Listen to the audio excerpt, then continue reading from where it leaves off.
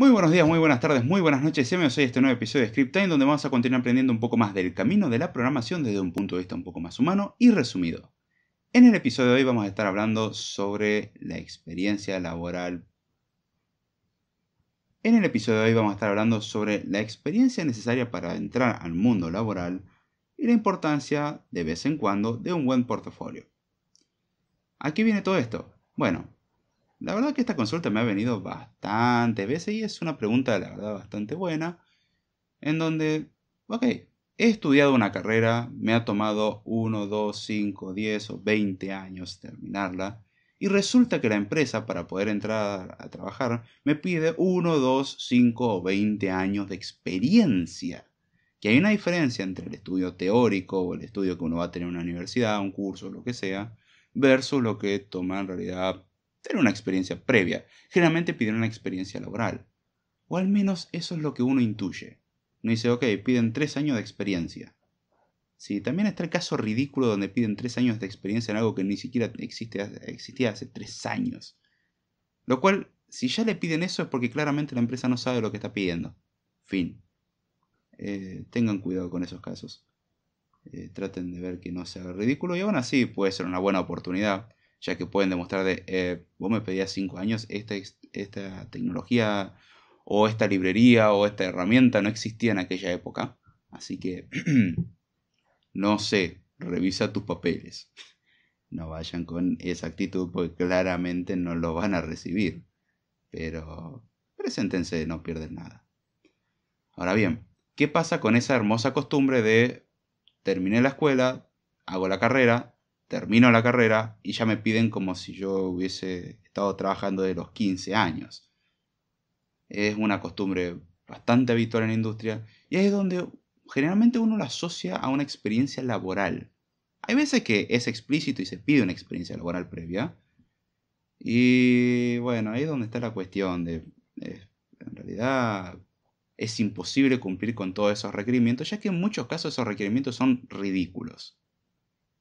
Vienen de o no saber lo que uno realmente necesita, o simplemente apuntar demasiado alto porque se sabe que siempre lo que va a quedar es algo más bajo. Es como el caso de una bala. Si uno quiere que la bala impacte en un punto, lo que hace es apuntar un poquitito más arriba porque sabe que va a describir una parábola.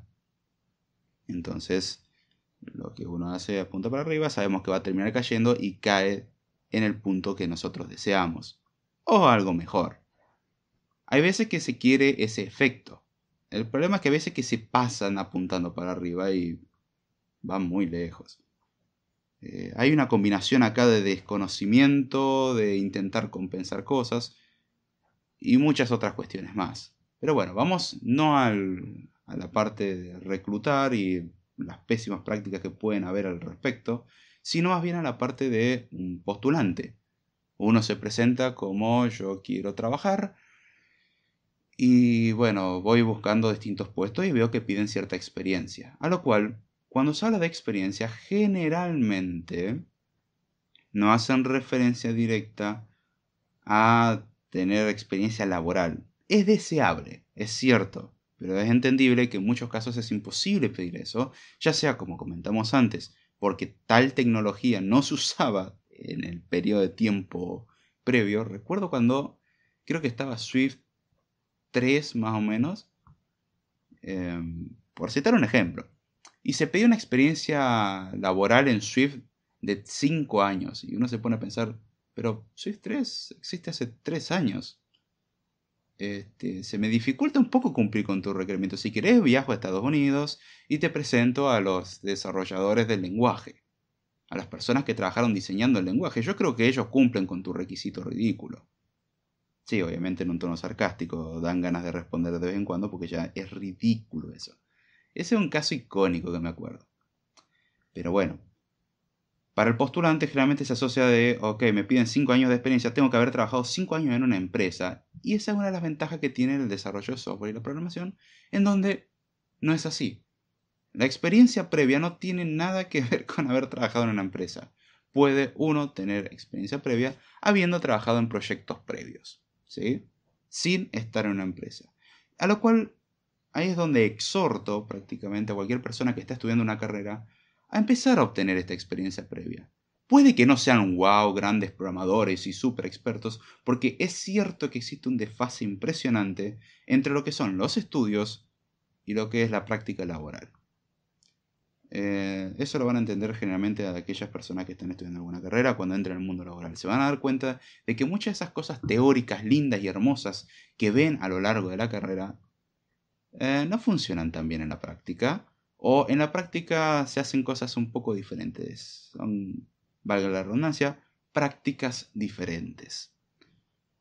Son dos mundos muy separados y de hecho lo puedo dar en contraste en, por ejemplo, una carrera como es Ciencias de la Computación, que me ha tocado estudiar a mí.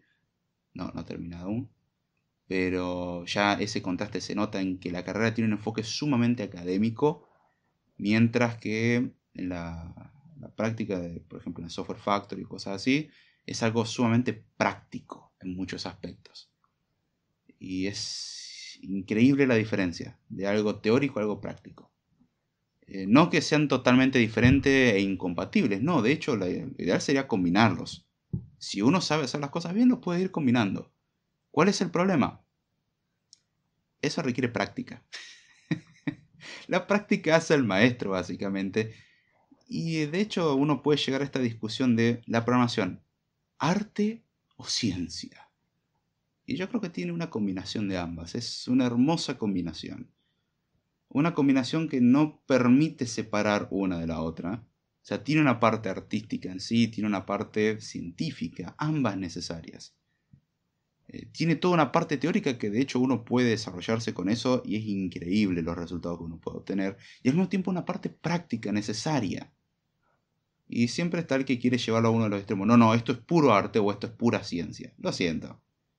Creo que en este caso los extremos no son tan representativos de lo que realmente es. Tiene un poco de uno y un poco del otro. Tiene un poco de, no vamos a decirlo libre interpretación, pero sí de cierta libertad de elección y al mismo tiempo está atado a un marco teórico.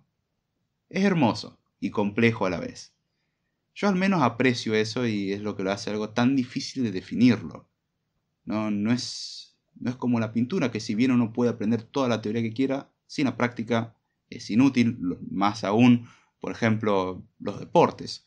Está todo muy lindo con toda la teoría que uno tenga, pero al fin y al cabo lo que se requiere es practicarlo. Sin la práctica no se hace nada. Y al mismo tiempo es requerido toda una base teórica. Porque sin esa base teórica la práctica sale mal, sale horriblemente mal. Creo que algo que se relaciona bastante bien con esto es la medicina. No voy a decir que son iguales, claramente son cosas diferentes, pero tienes esa combinación teórico-práctica. Tiene todo el conocimiento teórico previo que uno tiene que tener y al mismo tiempo un montón de cosas que uno va agilizando con la práctica. Uno va identificando y va encontrando ciertos patrones que el ojo experimentado solamente suele identificar. Hay una que otra inteligencia artificial que puede llegar a ayudar. Sí, gente que digan esto va a reemplazar a los médicos. No creo así. Pero bueno, eso es tema para otro episodio muy interesante al respecto. Ahora bien, estamos viendo de que para poder trabajar en esto tenemos esta combinación práctico-teórica. Entonces recomiendo sí tener estudios, no necesariamente un estudio universitario, pero sí estudiarse y prepararse. Y eso lleva a que muchos miran, bueno, voy a hacer algún curso online, voy a aprender de cursos, por ejemplo, Udemy, Coursera, edTeams, Platzi o plataforma que a usted le guste. Tengo mis opiniones con respecto a eso. Voy a hacer un bootcamp y todo lo que ustedes se puedan imaginar. Bien, todo muy lindo con eso. Soy un poco cuidadoso con esas plataformas. No porque no las considere inútiles, sino porque hay que tener cuidado ya que esas no van a dar la experiencia práctica. Solamente pueden dar un marco teórico básico generalmente y algo práctico básico. Pero todo siempre atado a algo muy estricto. O sea, no es algo libre, por así decirlo, porque está atado a, bueno, vamos a hacer una calculadora, vamos a hacer una página web de esto. O sea, son casos prácticos, por así decirlo, estándar. No es un caso práctico de verdad. O sea, son restringidos. Bueno, vamos a hacer un sistema contable, vamos a hacer un sistema, un blog, vamos a hacer esto. Son ejemplos clásicos. Y está todo muy bien y de hecho ayudan un montón, pero al fin y al cabo, la práctica de verdad uno la va a obtener cuando va a tener un abanico impresionante Es impresionante el abanico disponible, no significa que uno vaya a tocar todo eso para poder trabajar. Ahora bien, ¿qué tiene que ver todo esto con el portfolio? Justamente, a la hora de entrar a una empresa uno puede demostrar experiencia, ya sea por haber trabajado previamente en otros lugares diciendo yo trabajé en este lugar, o yo sé hacer estas cosas. Y esto es lo que comentaba con un compañero de trabajo en estos días. Sé que el podcast es atemporal, pero a mí me sucedió en estos días, sobre cómo completar el currículum al respecto. Y es muy raro el currículum, ya que tiene esa mezcla de voy a presentar mis conocimientos teóricos, por así decirlo, dígase mis títulos, mis certificaciones, y al mismo tiempo tengo que dar la parte práctica de mi experiencia, como sería más en el caso de un diseñador o algo por el estilo, donde uno tendría que decir, bueno, ¿querés saber qué tan bueno soy diseñando? Mirá lo que hice. Y curiosamente tiene esa mezcla de, tengo la parte teórica y la parte práctica. La parte teórica es necesaria, aunque la certificación no es obligatoria. Dependiendo obviamente de la rama en la cual uno se quiera dedicar. Eso ya hay que analizarlo en cada caso. Ya le recomiendo a cada uno ver el caso en lo que se necesite. Pero después también está esta parte práctica, como dijimos, que es la parte de, bien, yo he hecho estas cosas y es la forma que tengo de demostrar mi conocimiento. Obviamente, si uno no tiene certificaciones y títulos, va a tener que tener algo con lo cual respaldar su postura, porque le pueden decir, bueno, nosotros necesitamos a alguien con experiencia, vos no tenés ningún papel que lo compruebe. A lo cual yo puedo decir, está bien, es cierto, no tengo ningún papel que lo compruebe, tengo mi trabajo que lo puede demostrar, tengo algo que lo respalda. Y eso es lo que muchos se olvidan. El título no es una demostración de conocimiento, es simplemente un papel respaldatorio. Es un comprobante, que no comprueban en la práctica absolutamente nada, pero bueno, en muchos lugares se tiene como referencia. Con esto no estoy queriendo decir que el título es inútil, en lo absoluto. Puede ayudar en muchos casos, es cierto. Y hay ciertas carreras en donde es fundamental. Yo no confío en un médico que no haya pasado por todo el filtro que requiere ser un médico. O sea, no quiero que cualquier persona vaya y abra a otra persona y diga, sí, vamos a sacar esta cosa de acá y esperemos que todo salga bien. No. En realidad la carrera también en ese aspecto es un filtro, porque es una tarea crítica. ¿Sí? Hay tareas en donde uno no se puede dar el lujo. Lo mismo en la construcción de una casa, aunque veo cada supuesto ingeniero y arquitecto que, Dios mío, da miedo, da mucho miedo lo que hacen. Decir, creo que un mono hace mejor trabajo que vos. En el sentido de, estás desafiando algunas cuestiones, algunas leyes físicas y esas cosas. Así que el título es la demostración de que no, o sea, en realidad no demuestra nada. Ahora bien, ¿cómo podemos tener un buen portfolio? Y acá es donde muchos dicen, no, estudies una carrera, tenete un buen portfolio y defendelo. Y yo no sé si eso es para todo el mundo. Hay gente que se le da mucho más el aprender cosas variadas por su cuenta. Y cuando digo por su cuenta es entre comillas por su cuenta. El ser autodidacta y esas cosas están muy de moda. Y en realidad es que no es que estás aprendiendo por tu cuenta, estás basándote en el conocimiento que alguien más publicó. Que cuando aprendes mediante una institución o cosas por el estilo, también te van a llevar a esos lugares, pero no necesariamente. ¿Sí? En todos los casos ese es el trabajo de alguien más del cual uno se está aprovechando, ya sea de forma paga o gratuita. Va, gratuita para uno, para la otra persona no fue gratuita, tuvo que poner tiempo y esfuerzo. ¿Sí? Nada es gratis, amigos, recuérdenlo. A alguien le tuvo que haber costado algo. Es inevitable, se llama termodinámica. La termodinámica de la programación, por David Jordan. Ah, hermoso. Eso no creo que exista nunca, pero es un lindo título. Ahora bien, ¿cómo aplicamos todo esto al mundo laboral? Que mucha gente dice, está bien, no voy a estudiar una carrera, voy a ser mi propio jefe y todas esas pavadas que se dicen hoy en día, no saben lo que están diciendo. Pero bueno, o están ignorando un montón de detalles. Entonces dicen, bueno, yo voy a trabajar y lo mismo, bueno, mira, yo si no trabajo para una empresa ya está, no necesito títulos, yo puedo trabajar, sí, pero ahora hay que convencer al cliente de que uno es capaz de hacer las tareas. Y no vale con la mera palabra, sí, sí, yo lo puedo hacer. Muchas veces el cliente pide una demostración de, bueno, quiero saber qué tan bueno sos. O sea, estoy poniendo dinero en este caso, por ejemplo, o especias, hay veces que, bueno, te lo intercambio por otros servicios. Y ahí es donde está la cuestión. ¿Cómo lo demostramos? Sale a la luz la necesidad de una forma de mostrar que no es un certificado. Dígase, un portfolio. Tenemos un conjunto de trabajos que hemos hecho previamente, ya sea para un cliente, para otra empresa o simplemente para nosotros mismos. Y ahí es donde viene el clásico problema del portfolio basura.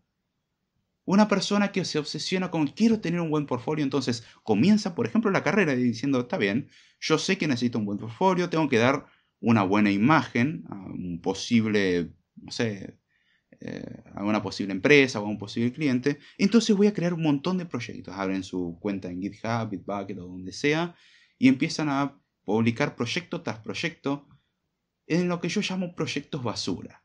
¿Cuáles son estos proyectos basura generalmente? Los proyectos de la universidad. No quiero desmerecer a los trabajos prácticos que hagan en la universidad. Lamento informarles que en muchos casos esos trabajos no demuestran su experiencia. Simplemente son trabajos que uno le pidieron y que incluso pueden demostrar más bien su inexperiencia. Porque tienen pésimas convenciones de nombrado de variables. Suena algo simple y ridículo. No lo es. Es impresionante cómo un buen nombre de variable, un buen nombre de función, puede cambiar completamente la perspectiva. Si no me creen, les puedo dar una demostración simple.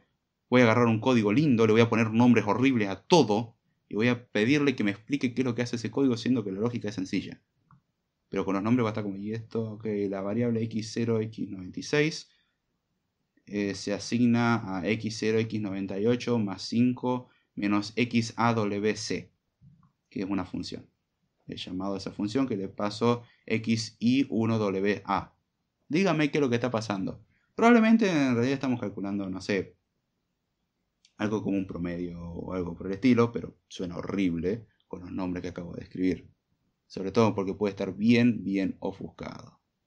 Entonces, vemos que esas son más bien malas prácticas.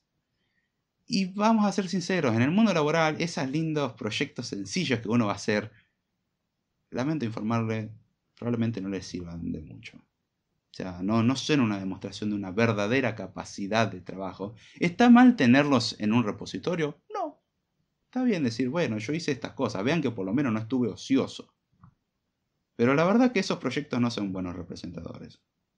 Como, ajá, te veo, te felicito, hiciste una buena representación de un Rail Black Tree, algo que ya tiene implementación. O sea, algo que muchas librerías ya abstraen y no tendrías que siquiera preocuparte. Oh, sí, veo que puedes crear un modelo que representa grafos. Puedes hacer estructuras como listas enlazadas. Ajá. Todo muy lindo, pero che, ¿y cómo llevarías eso a hacer, por ejemplo, un sistema contable? ¿Cómo llevarías eso a hacer una página web? ¿Cómo llevarías eso a todas estas cosas? Lo mismo pasa con el desarrollo web, porque ahí es donde los desarrolladores web dirán, lo nuestro es mucho mejor porque hacemos páginas web pequeñas y eso es mucho mejor. Sí, puede parecer que sí, o no. Porque pueden ser páginas web muy sencillas, con una sola página, etc.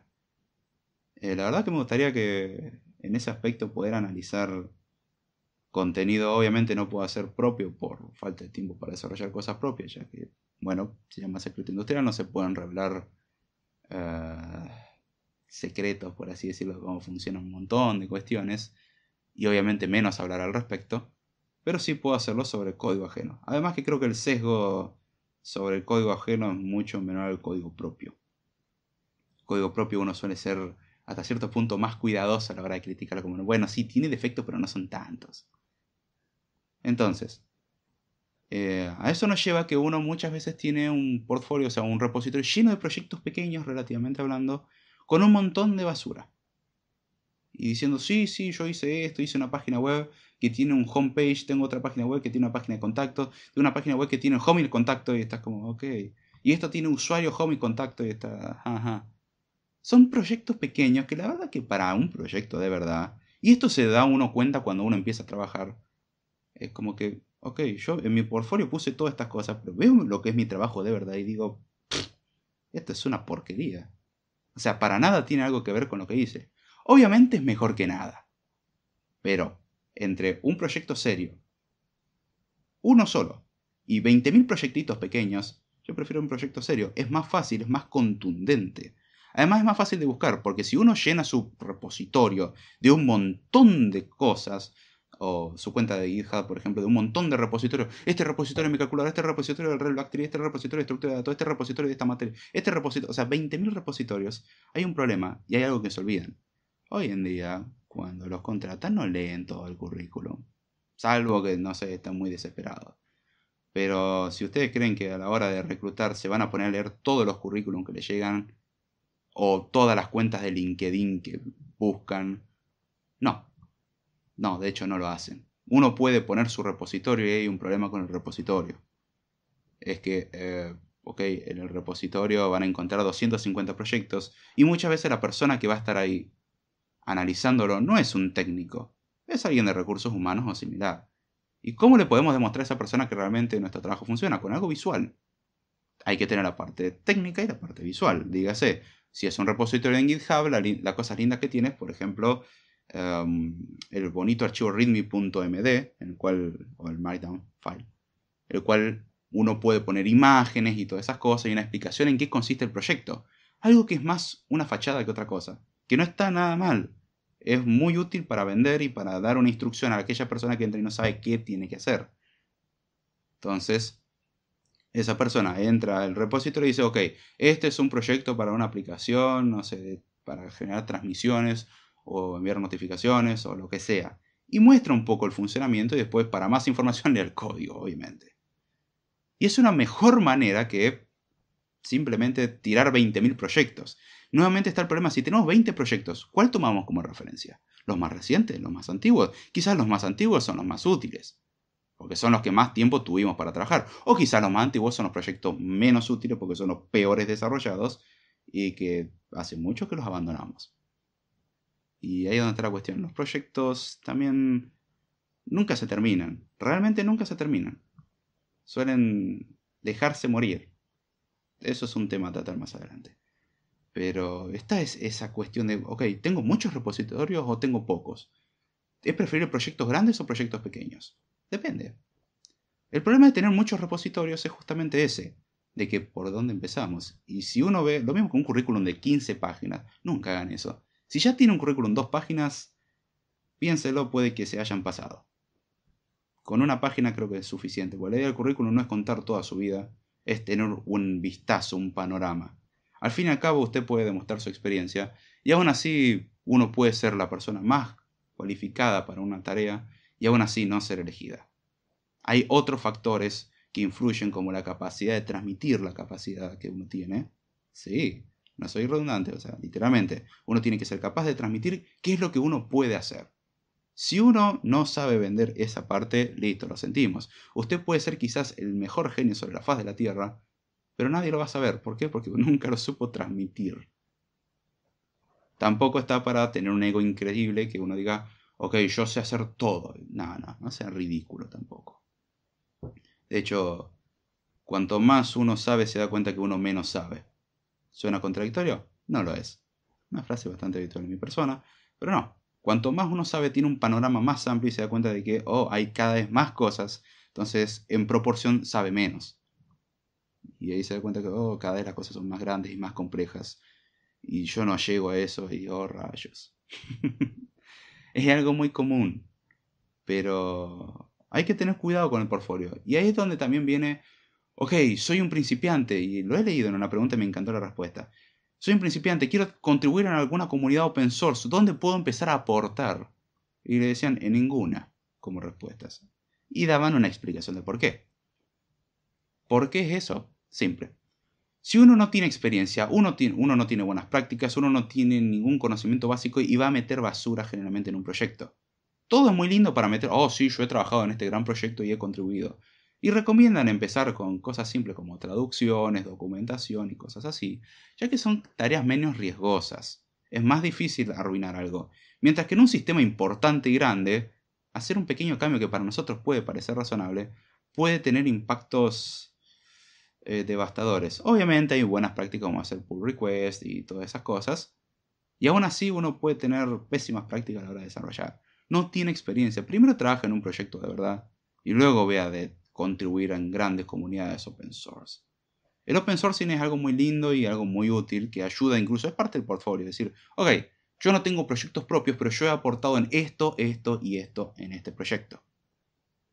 No venga, yo aporté con corregir una palabrita en la documentación. Eso no es un verdadero aporte grande al mundo de la programación. Se lo van a agradecer los que leen la documentación, pero no va a implicar como, wow, sos un gran desarrollador en Swift, Java o el lenguaje que sea. No. O sea, eso es un aporte, es cierto, pero no es algo que impacte en algo laboral. Entonces está esa cuestión de tener un equilibrio y la cantidad de proyectos basura que uno considera como, no, bueno, hice mi primer calculadora, mi primera página web, con esto voy a demostrar que yo sé. No, con eso demuestra que usted es básico. O sea, que sus conocimientos son esencialmente básicos. La única forma de demostrar que uno realmente tiene ya conocimiento fuerte, sólido, es hice este proyecto y aún así, ese proyecto después ser capaz de defenderlo. Si le hacen preguntas y rendir cuenta al respecto, decir por qué tomaste tal decisión o cómo lo hiciste y ser capaz uno de expresarlo, decir, bueno, yo pensé en hacer este blog porque yo quería tener un blog o yo quería practicar el cómo se hacía y entender el funcionamiento de muchas cosas, entonces lo pensé de esta forma. Plantearlo, explicarlo a alguien más. Si usted puede plantearle cómo construyó todo, a grosso modo, a una persona que no tiene conocimientos y se lo permite entender, significa que probablemente usted sí entendió las cosas. O sea, la persona que no entiende nada puede decir, ok, esta persona no me está mintiendo porque veo que lo que está explicando tiene sentido, o al menos una mínima coherencia, y se refleja en la práctica, tiene un impacto en la práctica, es teórico-práctico, una buena combinación, sin meternos en tecnicismo, justamente. Traten de dejar un poco los tecnicismos. Bueno, acá lo que utilicé es un singleton que le puse. No. Si uno va a explicar a alguien, si se da cuenta que la persona es técnica, puede usar esos términos y aún así pregunte. Ahora, si la persona no es técnica, explíquelo básicamente, a ver si lo puede entender la otra persona. Si usted no es capaz de explicarlo, probablemente no lo entendió. Muy probablemente no lo entendió. Para tener un buen portfolio hay que tener cuidado. Hay veces que preferir tener uno o dos proyectos grandes y decir, bueno, si quieren referencias de cómo trabajo, acá tienen esta demostración. O pueden tener muchos proyectos pequeños que sí sirven para demostrar aspectos puntuales de la experiencia personal. Pero hay que saber venderlo. Y dar un repositorio, perdón, una cuenta GitHub donde hay 20.000 repositorios sueltos, la verdad que una persona dice, ok, tengo 20.000 repositorios, no sé ni por dónde empezar. Pésima presentación, vamos por el arranque. De última, tener una página simple en la cual uno diga, bueno, ¿querés ver mis repositorios o mis proyectos? Para desarrollo web, fíjate estos proyectos. Para desarrollo móvil, fíjate estos proyectos. Y es lo mismo que uno pondría en un currículum, los proyectos más fuertes. Uno lo puede poner incluso en el currículum. Pero aún así, es más la capacidad de uno saber defender su capacidad, básicamente su conjunto de capacidades, que lo que puede decir un título. Porque uno puede tener muchos títulos, pero si uno se da cuenta de que no sabe nada de lo que está diciendo, sí, yo estudié programación en objetos, terminé tal carrera, hice esto, el otro, acá, allá, tengo toda esta certificación, hice todos estos cursos. Ahora uno le preguntan, bueno, che, ¿cómo harías esto? No sé. A lo cual no significa que uno tener la solución a todos los problemas, porque uno no las tiene. Si no, la verdad que no nos necesitarían. Sino la cuestión de, ok, lo que se me ocurre de momento es esto y se me ocurre preguntar por estos otros detalles. O sea, demostrar que uno está entendiendo lo que está pasando y que uno puede manejar la situación. Al fin y al cabo, uno va a aprender constantemente.